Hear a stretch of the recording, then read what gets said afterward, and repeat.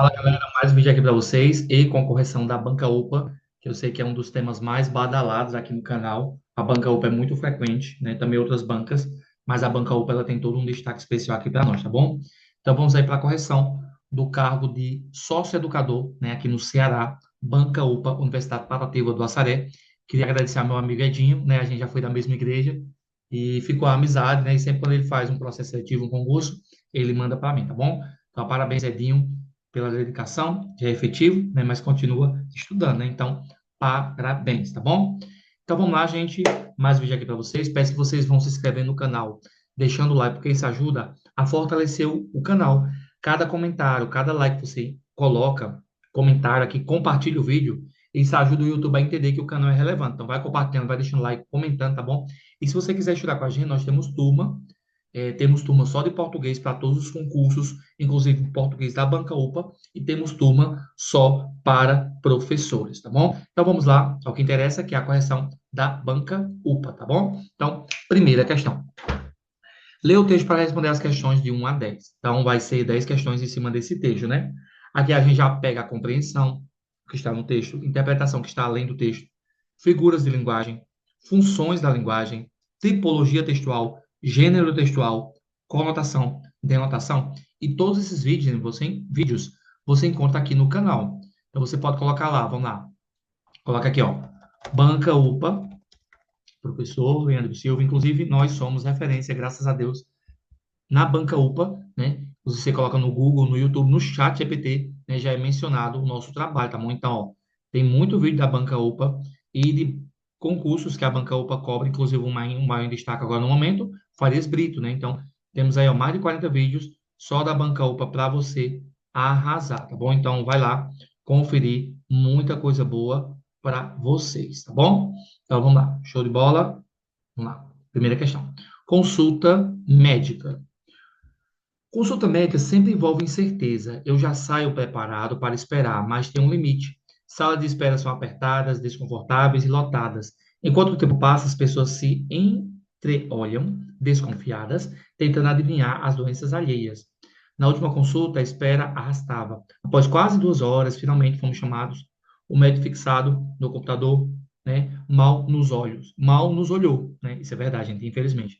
Disse, boa tarde, meu nome é Dr. Ricardo, sem qualquer entusiasmo. A consulta começou com perguntas curiosas. O senhor mora no Rio? E sua religião? Até que pensei que havíamos entrado em um consultório espiritual. Quando ele atuou como médico, foram minutos de exame e muitos de digitação. Ao fim, saímos com vários pedidos de exame, alguns errados.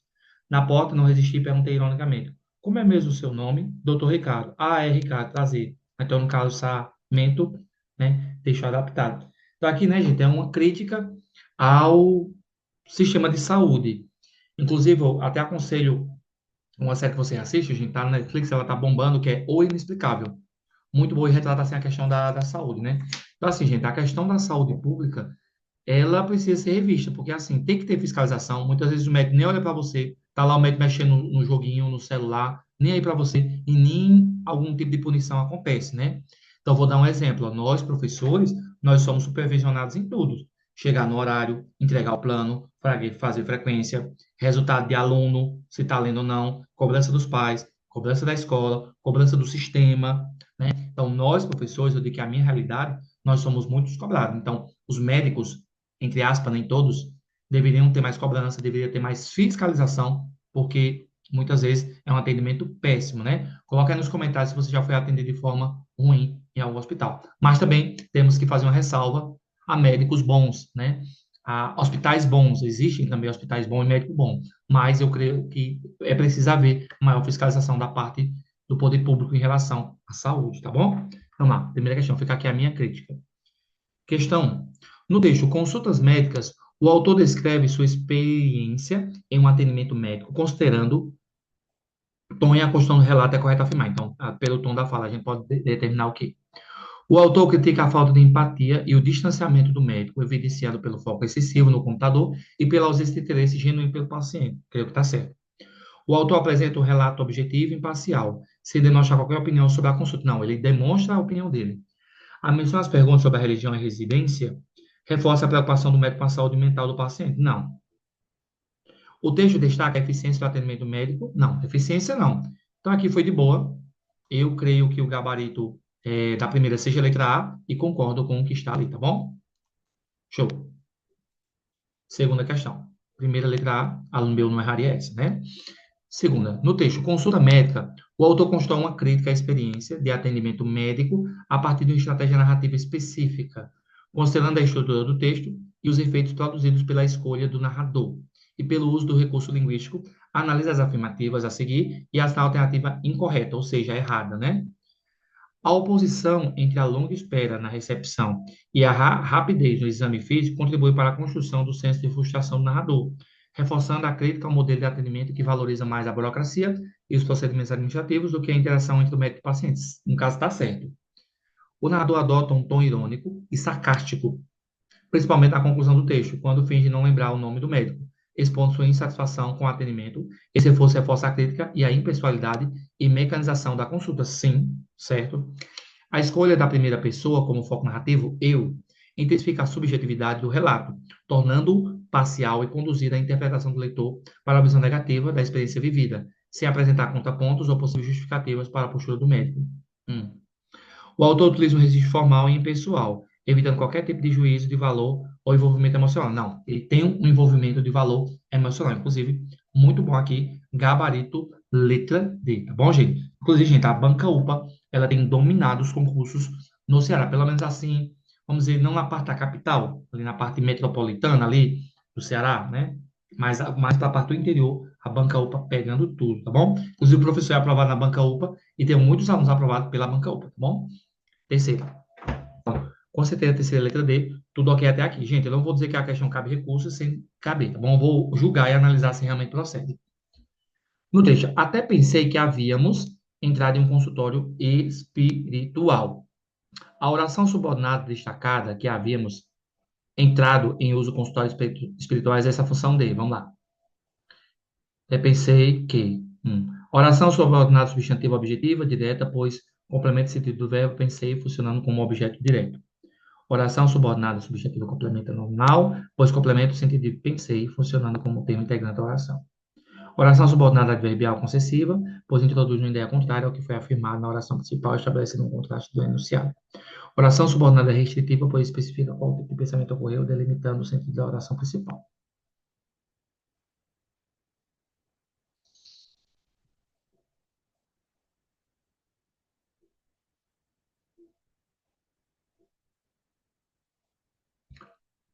Ó, muito boa. Aqui nós vamos partir para a sintaxe. As questões de sintaxe são mais chatinhas mesmo, tá bom? Mas eu concordo com a banca. É a letra A, né? Porque realmente é algo direto e é explícito. Por que não é a B? Não dá o sentido de complemento. Na C, não vemos algo adverbial. E na D, não temos nada restringindo. Então, seria a letra A, oração subordinada substantiva objetiva direta, pois complementa o sentido do verbo, né? Lembrando que a gente trabalha também a transitividade verbal, sempre precisa estudar sobre isso, tá bom? Então, gabarito letra A, sem nenhum problema aqui, tá bom?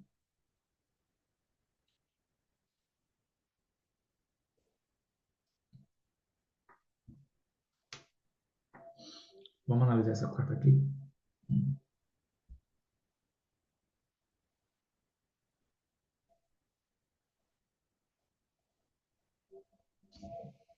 Hum, muito boa essa questão. Estamos aqui na quarta,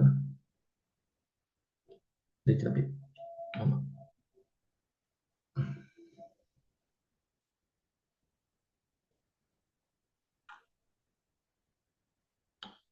Fala, galera, resolvendo aqui uma questão da banca UPA, do concurso, né, da seleção socioeducador aqui no Ceará, tá bom?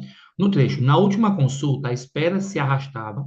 A palavra espera foi formada por um processo conhecido como derivação imprópria, quando a palavra muda de classe gramatical, pela presença de ativo ou mudança de classe gramatical. Derivação regressiva, quando o verbo passa do infinitivo para uma forma normal. Palavra primitiva, que não deriva de outra. Prefixal é que tem prefixo. O gabarito, gente, seria a letra B, derivação regressiva. A derivação regressiva só acontece em verbos, ó. Esperar, espera. Cantar, canto. Dançar, dança. Então, o gabarito, gente, seria a letra B. E aqui uma observação, muita gente acha, gente, que não cai conteúdo simples em prova. E aqui está uma prova que cai, tá bom? Então, você precisa estudar e se preparar bem para concurso de seleção para passar, tá bom? Vem estudar comigo para você arrasar nas provas de português da banca OPA. Então, seria gabarito letra B, derivação regressiva, porque o verbo derivou vem de um verbo, tá bom? Quarta letra B. Top nessa questão? Muito boa. Não é primitiva? Primitiva, ó, vamos lá. Menino, menininho. Então, menino seria primitivo. Espera é um verbo. Esperar, né? Vem de esperar do infinitivo, tá bom? Então, gabarito aí seria o quê? Letra B. Tudo ok até aqui, né? Quinta. No trecho, enquanto o tempo passa, as pessoas se entreolham, desconfiadas, tentando adivinhar as doenças alheias. O termo se, em se entreolham, exerce a função dele. Lembrando que o se pode trabalhar como conjunção integrante, né? Ou até subordinada, né? Pronome reflexivo, pois indica que a ação do verbo entreolhar, recai sobre os próprios sujeitos da oração, ou seja, as pessoas olham umas para as outras. Índice de indeterminação do sujeito, pois a presença do pronome se torna um sujeito da oração indeterminado, conferindo sentido impessoal à ação verbal. Determinado, a gente trabalha no tipo de sujeito, né? Sempre, composto, determinado, inexistente, oculto. Partícula expletiva, pois não tem função sintática, sendo apenas um elemento reforço na construção verbal. Partícula apassivadora, pois transforma o verbo entreolhar em uma estrutura de voz passiva, atribuindo à oração sentido de passividade na oração expressiva. Aí nós já vemos aqui que a banca ela já começa aí a caminhar, né, na dificuldade, gente. O gabarito seria a letra A, porque o pronome se, né, e nós estamos ali ligados, né? Deixa eu conferir aqui. Se, né? Porque é um pronome átomo, né? Que vai ser regido por verbos. Reflexivo, por indicação do verbo, fala sobre os sujeitos e que olham uma para as outras, né? Então, com certeza seria a letra A. Dependendo do contexto, gente, o se pode ser conjunção integrante quando trocar por isso ou isto, tá bom? E o que quando trocar por o qual, a qual será pronome relativo. Então, por isso que o gabarito é a letra A. Aí o nível da banca aqui já começa a subir, né? Vamos aí resolver a sexta questão.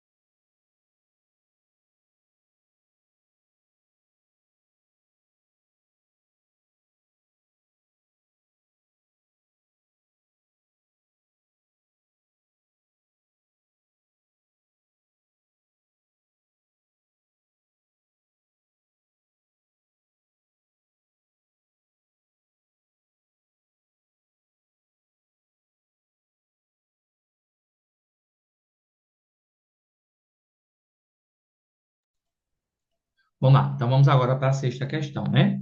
No trecho, na última consulta, a espera arrastava após quais 2 horas. Finalmente fomos chamados. O verbo chamar apresenta regência que pode variar de acordo com o contexto, considerando as possibilidades de uso desse verbo, analisa as afirmativas abaixo. Nós trabalhamos com transitividade verbal, quando o verbo pede complemento, verbo transitivo. Se esse complemento for preposição, objeto indireto. Se não for preposição, objeto direto. E se ele não pedir complemento, eu chamo de verbo intransitivo. E se ele pedir os dois, chamo de verbo bitransitivo, tá bom? O verbo chamar.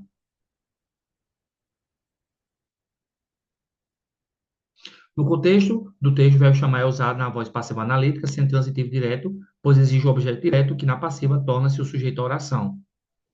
Ó, após 2 horas, finalmente chamamos chamados. Chamados. Hum. Se fosse empregar no sentido de atribuir um nome a alguém, o verbo chamar poderia ser transitivo objeto direto e indireto. Hum. Caso o verbo chamar fosse utilizado no sentido de convocar alguém para a função da regência, poderia exigir a preposição, tornando o transitivo indireto, como em chamam pelo médico. Questão boa, muito boa essa questão. Vamos analisar essa aqui, ó. A sexta seria o quê? Letra B, vamos entender. No contexto do texto, o verbo chamar é usado na voz passiva analítica, sendo transitivo direto. Por quê? Porque o chamar está ali no final da frase, da oração, então não pediu preposição. Porque quem chama, chama algo ou alguma coisa. Então, ou chama alguém, né? Mas nesse contexto aí está como direto. Então, a primeira está certa. Se fosse pegar no sentido de atribuir o um nome a alguém, o verbo chamar poderia ser transitivo direto e indireto. Ó, chamaram-no, pediu a preposição, não, perdão. Tem ali, chamaram-no de, né? Chamaram-no, não, chamaram-no. Então, temos ali a preposição do no, né? Que é o em mais o, né? Temos ali uma contração. Então, pediu a preposição. Então, seria objeto indireto. Chamaram-no ou chamam? Pode pedir ou não, então pode ser bitransitivo nesse caso, né? O caso verbo chamar fosse utilizado no sentido de convocar alguém para a função de regência, poderia exigir a preposição tornando transitivo indireto. Quem chama, chama por algo ou por alguém. No caso ali, pelo, né? Por mais ó, né? Isso, por mais ó, né? Pelo, né? Então, seria aí também as três colocações estariam certas. Essa aqui foi um pouquinho mais difícil, mas estaria certa, tá bom? Um, dois e três certa, sexta letra B. Sétima, considerando as afirmativas apresentadas a seguir, relacionando as regras de acentuação gráfica. A gente sempre cai a acentuação. Sempre cai a acentuação. Sempre cai. Porque a gente mais tem aula de acentuação aqui no canal para vocês. Vamos lá. Eu já sabia, eu já saio preparado para esperar, mas tem um limite. A palavra já recebe acento sem oxítono terminado em A. Já não é oxítono, é monossílabo tônico. Ao fim, saímos com vários pedidos de exames. Alguns errados, a palavra saímos recebe acento, pois acento assim. I ou U, átonos, não. I ou U, tônicos, regra dos hiatos. Falso. Isso. Em um médico fixado no computador, mal nos olhou. A palavra médico recebe acento por cima. Proparoxítona. Proparoxítona, todas são acentuadas. Então, FFV. Sétima. Isso, no caso aqui, você errou, viu, Edinho? Errou essa aqui. Você errou muito bom, mas nessa aqui você errou, tá bom? Sétima letra B, cuidado. Oitava.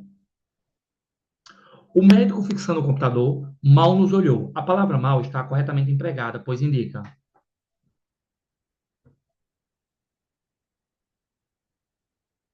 um, uma conjunção adversativa, funcionando como elemento de oposição à ação principal expressa pelo verbo olhou.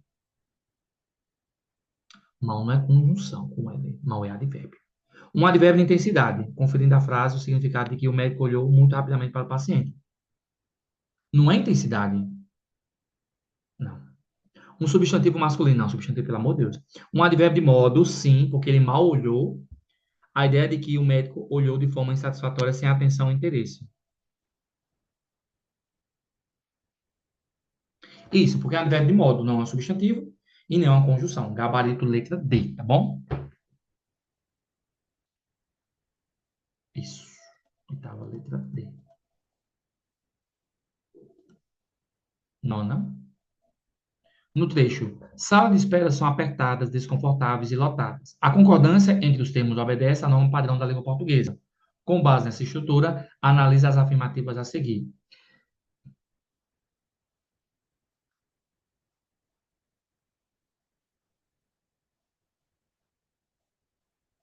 A concordância nominal está correta para os adjetivos apertadas, desconfortáveis e lotadas, com bom sujeito que é sala. Essas expressões são apertadas, desconfortáveis e lotadas. Hum. Se o sujeito da oração fosse um ambiente das salas de espera, como em um ambiente das salas, é desconfortável e lotado.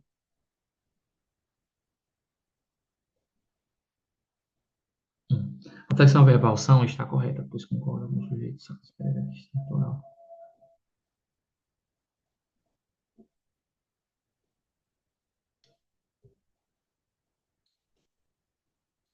Aqui pesou mais um pouquinho, né?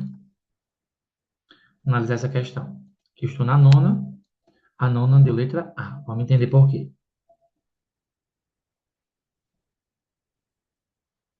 Gente, todas estão certas. Todas estão certas, tá bom? Vamos ver de novo. Tem que ter paciência. Vamos lá.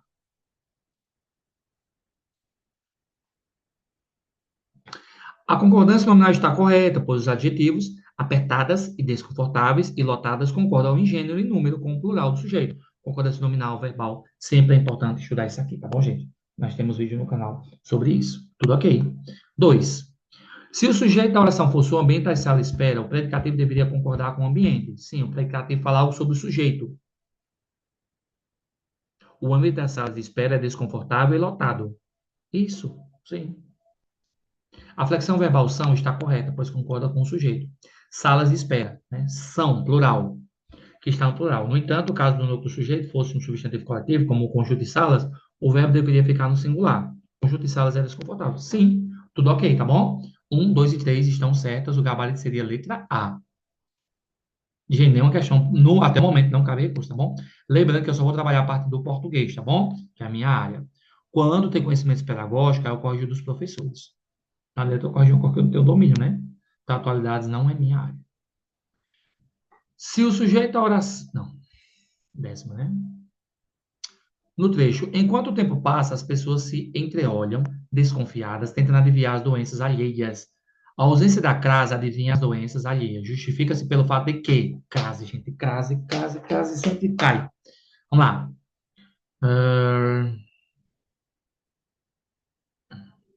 O verbo adivinhar rege preposição a, mas a crase não ocorre quando há a presença de um termo de regência oculta que impede a função comativa. Não. Às vezes pode estar oculta. O verbo adivinhar é transitivo indireto. Vamos lá. Mas a crase não ocorre. O verbo adivinhar é transitivo indireto, ou seja, exige a preposição antes do complemento das doenças alheias.